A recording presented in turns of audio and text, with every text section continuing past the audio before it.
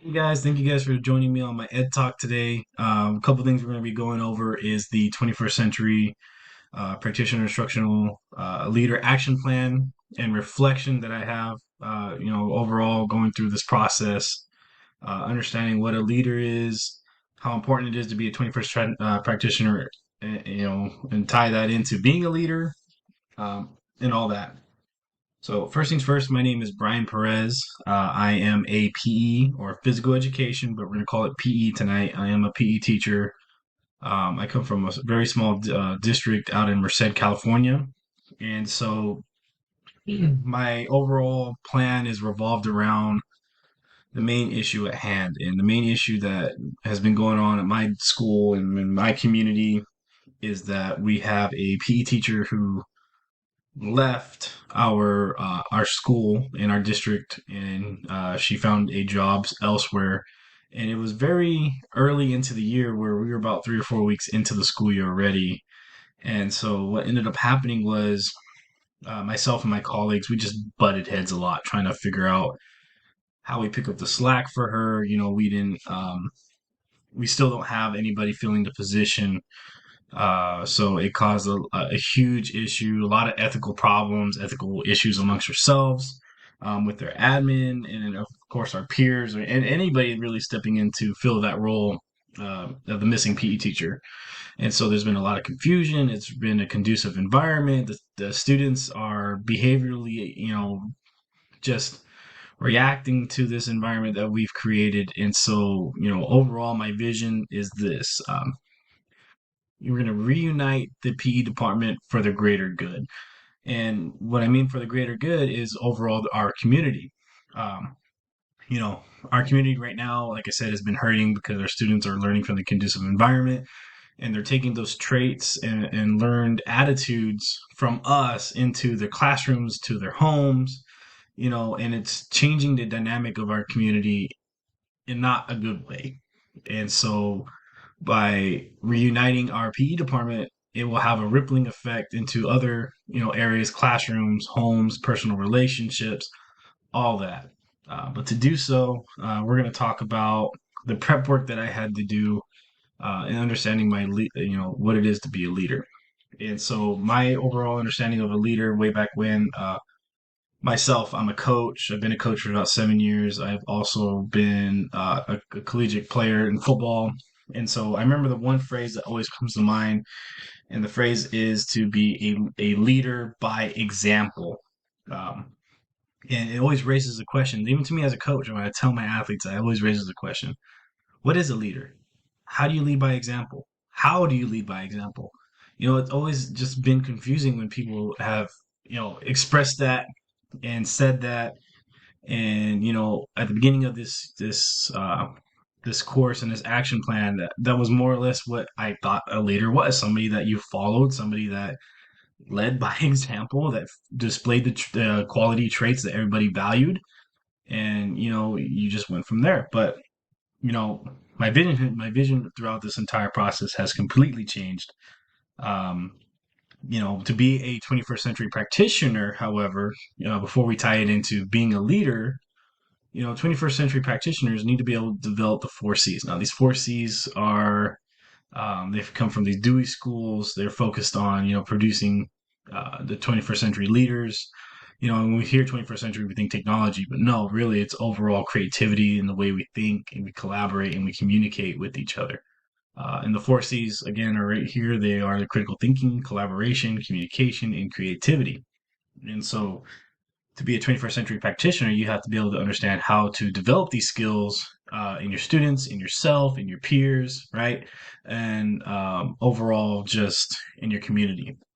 And so I started thinking and really tied this into what it is to be a leader. And what really also tied it in was a quote by Mark Sanborn, where he stated that a leader is somebody that invites, keyword, invites others to be great as well. And so that really hit me, in my core. And so, just helping to develop this initiative, I really wanted to help and develop the values in integrity, honesty, communication, and justice. And overall, they do kind of mimic the four C's here, right? Critical thinking, when you seek justice, that means you're trying to find out what is the best decision, what is the best choice, and how well it affects everybody. Communication, collaboration, tying together very well. You need to have open dialogue. You need to be able to work well with others. Honesty, right? How honest can you be? And again, that ties into communication, feedback. Giving formal feedback. Quality feedback. And then to finally, creative being creative in the hard work that you do, right? Understanding when you need rest, and then understanding when it is time to work hard, put in the effort. And of course, you're just generating ideas. And then as being a 21st century leader, you're pushing the creativity out of people. You're really motivating them. You're inviting them to use all the ideas they come up with. And so, my action plan is revolved around this. Um, Again, as a 21st century practitioner leader, we also need to understand the ABCs.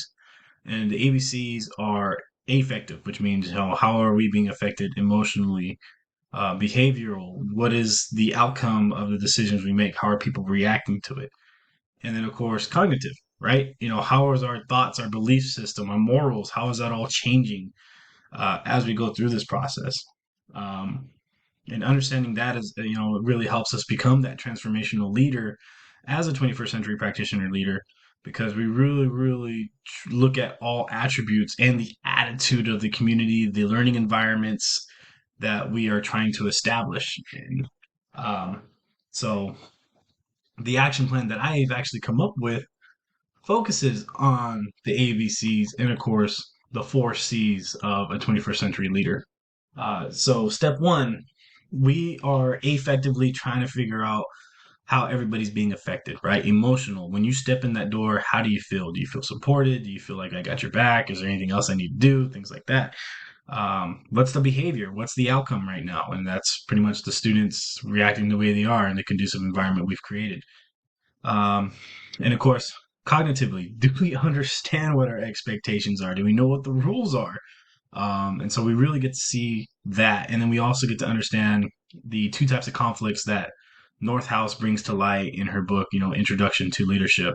And those two conflicts are relational, and which is having to do with relationships, as it says, and of course content, meaning like, the content that we present in our classrooms. Is it being offensive? Is it making students feel left out?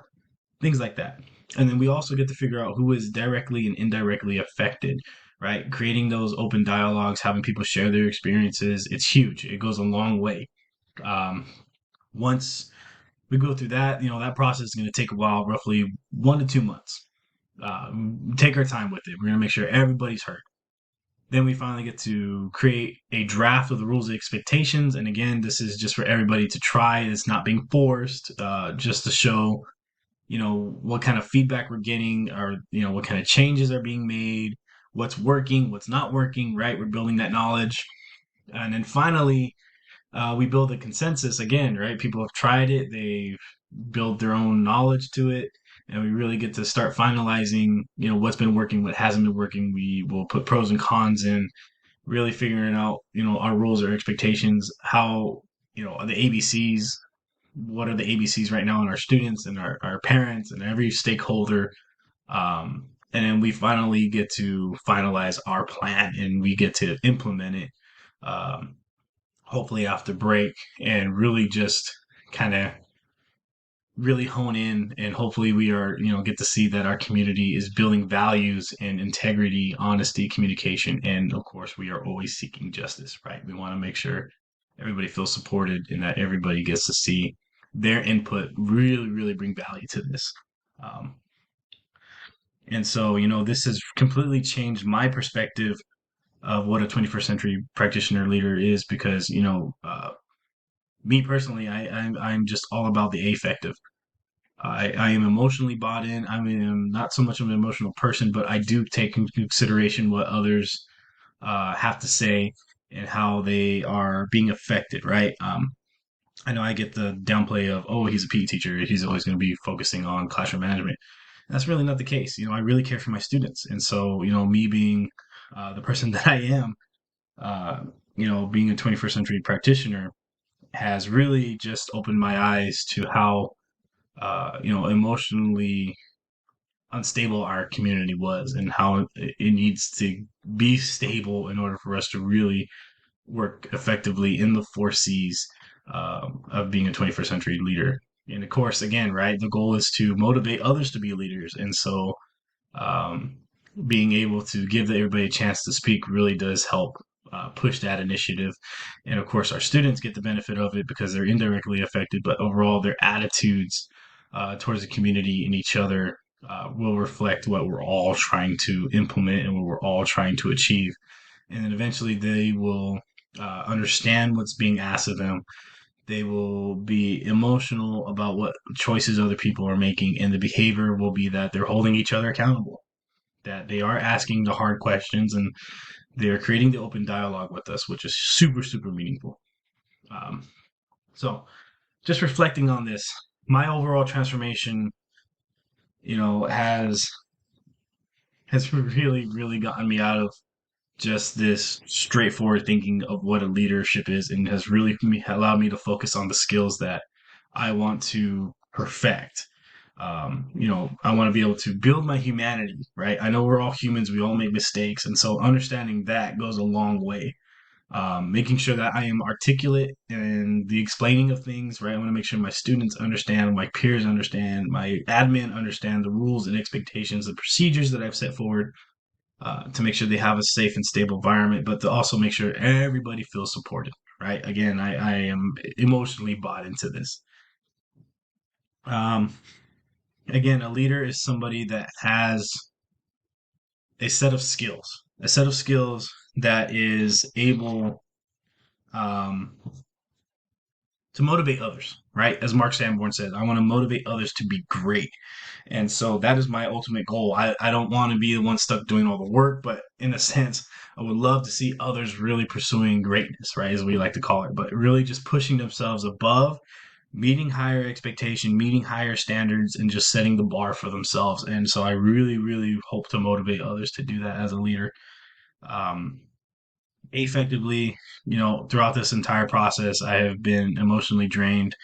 Um, but to understand the toxic triangle that myself and my colleagues have dug ourselves out of, has really gone a long way. But I do have to say that I do have to make sure that my emotions don't get the better of me, and that I'm able to control them, and that I can sit down and reflect on things and make sure that I'm not making a hasty decision, right? Um,